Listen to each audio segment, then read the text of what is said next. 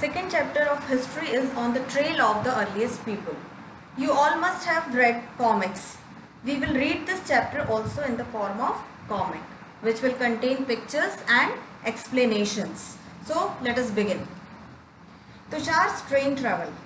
Tushar is traveling from Delhi to Chennai with his uncle. He is very excited to see the trees and houses passing by. His uncle told that the trains were used only before 150 years ago, and after few years buses were used. Tushar was surprised to think that how people travelled for long distances when there were no means of transport. Earliest people.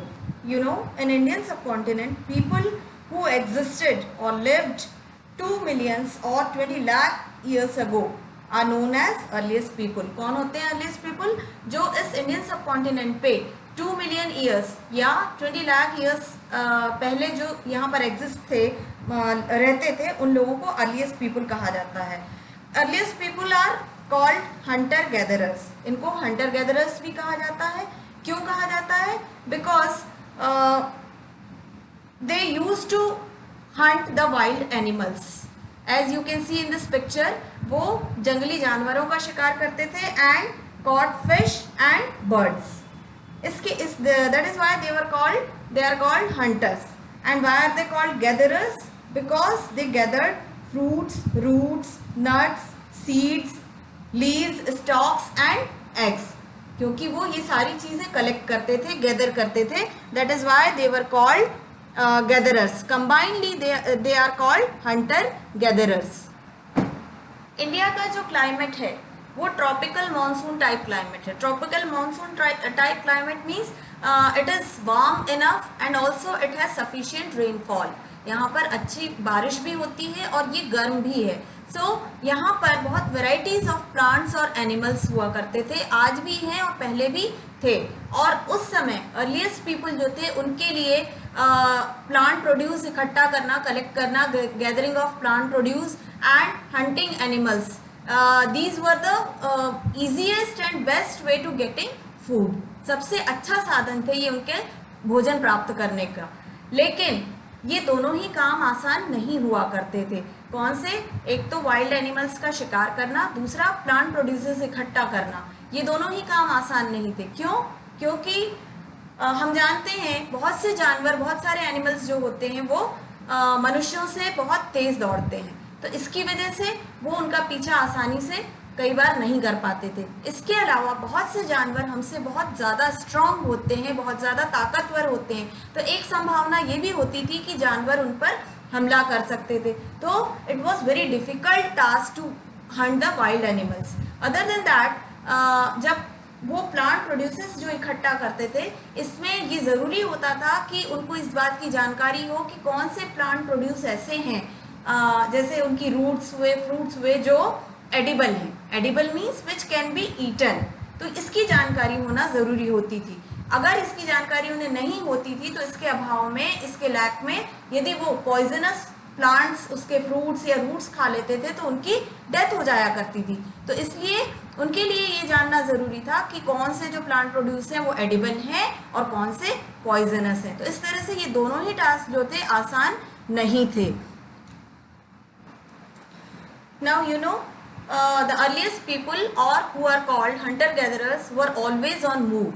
हमेशा वो एक जगह से दूसरी जगह जाते रहते थे, चलते रहते थे. So why were they always on move? हमेशा क्यों वो एक जगह से दूसरी जगह जाते रहते थे? So there are four reasons for this. इसके लिए 4 कारण हैं, वो हम देखेंगे. फर्स्ट रीज़न, वो एक जगह से दूसरी जगह जाते थे क्योंकि अगर if they would have stayed on a one place for long time, they had eaten up all the fruits and animals available there. अगर वो एक ही जगह पर लंबे समय तक रुकते तो क्या होता? वो उस जगह के सारे फल और खा जाते थे और इसके अलावा सारे जानवरों का शिकार करके भी उन्हें खा जाया करते थे. क्योंकि हम जानते हैं मनुष्य के खाने की स्पीड जो है पेड़ पौधों के उगने की स्पीड से बहुत ज़्यादा होती है. इसी तरह से नए जानवरों का जो बर्थ होता है वो भी बहुत टाइम लेता है. तो इसलिए वो उस समय जहाँ भी वो लंबे समय तक रुकते थे वहाँ के सारे प्लांट प्रोड्यूस और जो जानवर हैं उनके खाने से खत्म हो जाया करते थे, तो फिर वो दूसरी जगह जाते थे in search of food. So first reason, in search of food, they used to move from one place to another in search of food.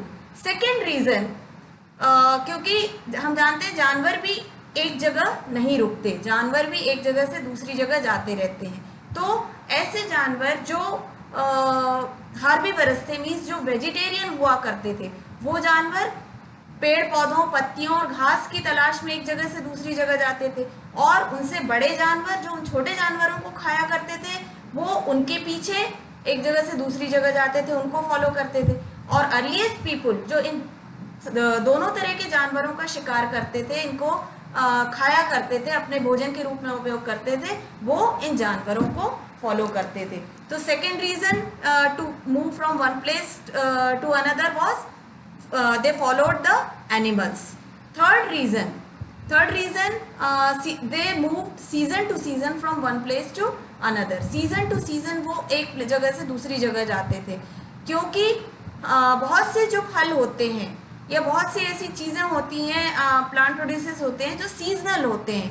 Seasonal होते हैं इसका मतलब कि एक पर्टिकुलर सीजन में वो जो पेड़ पौधे होते हैं फ्रूट्स देते हैं, या जो उनके जो भी उनमें चीज़ें लगती हैं वो एक पर्टिकुलर सीजन में लगती हैं. तो जैसे अगर वो एक जगह रुका करते थे और उस सीजन में वो फल जब पूरे हो जाए, वो सीजन खत्म हो जाता था, तो उन पेड़ों पर वो फल आना खत्म हो जाते थे, तो वो फिर से दूसरी जगह जाया करते थे जहाँ पर उन्हें दूसरे सीजन के फ्रूट्स या प्लांट प्रोड्यूस मिल जाया करते थे. तो इस तरह से ये थर्ड रीजन हुआ, they move season to season from one place to another. Fourth reason, as we know, all of us, not only humans but plants and animals also need water to survive. जानवरों को, पेड़ पौधों को, मनुष्य को, सभी को पानी की ज़रूरत होती है. And generally these people lived beside the rivers, lakes. ये कहाँ रहा करते थे? ये लोग ऐसी जगहों पे रहा करते थे, झरने और नदियों, तालाबों के किनारे, पॉन्ड्स, जहाँ पर पानी अवेलेबल हो. तो इनमें से जो बहुत से रिवर्स होती थी, पॉन्ड्स होते थे, लेक्स होती थी, वो पेरिनियल होती थी. Perennial means which have water throughout the year, जिनमें सारा साल पानी हुआ करता था. लेकिन इनमें से बहुत से ऐसे तालाब या नदी या झरने होते थे जिनमें सारा साल पानी नहीं होता था. सारा साल पानी नहीं होने का मतलब ड्राई सीजन्स में, विंटर यानी विंटर और समर्स में इनका पानी सूख जाया करता था. तो ये लोग पानी की तलाश में, in search of water also they move from one place to another. तो these are the four reasons why earliest people move from one place to another, और they were always on move.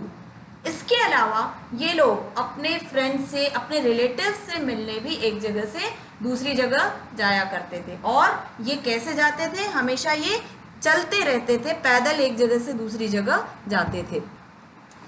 Now how do we know about the past? You know who are archaeologists? Archaeologists are the people who study about the past of earliest people and their habits. जो earliest people के past के बारे में पढ़ते हैं और उनकी habits के बारे में study करते हैं, they are called archaeologists, and they have found some of the things made and used by the hunter gatherers. उन्हें बहुत सी ऐसी चीज़ें मिली जो हंटर गैदरर्स बनाते थे और यूज़ करते थे, जिसके द्वारा हमें उनके पास्ट के बारे में पता चलता है. और ऐसा लगता है उन्हें जो चीज़ें मिली कि उस समय के जो लोग थे, अर्लीस्ट जो पीपल थे, वो स्टोन टूल्स का, स्टोन और वुड और बोन, इनसे बने टूल्स का यूज़ करते थे. और if we look at the earliest stone tools and compare them to those from say about 10,000 years ago, we see that with time the tools kept getting sharper and finer. अगर हम इन tools को देखते हैं जो उस समय के tools थे, और हम 10,000 साल पहले के जो टूल्स देखते हैं और उनको कंपेयर करते हैं, तो हमको क्या समझ में आता है कि ये टूल्स जो हैं धीरे धीरे और ज़्यादा शार्प होते गए और फाइन होते गए, यानी ज़्यादा अच्छे होते गए. We can learn from this how our brains developed over the years. और इससे हमें ये भी पता चलता है कि कैसे मनुष्य का दिमाग जो है धीरे धीरे विकसित हुआ. Now, what were the uses of these stone tools for the earliest people? क्या उनके लिए इनका उपयोग था? We can see here, हम यहाँ पर देख सकते हैं इन टूल्स का जो वो उपयोग करते थे. पहले एक तो जानवरों की खाल निकालने के लिए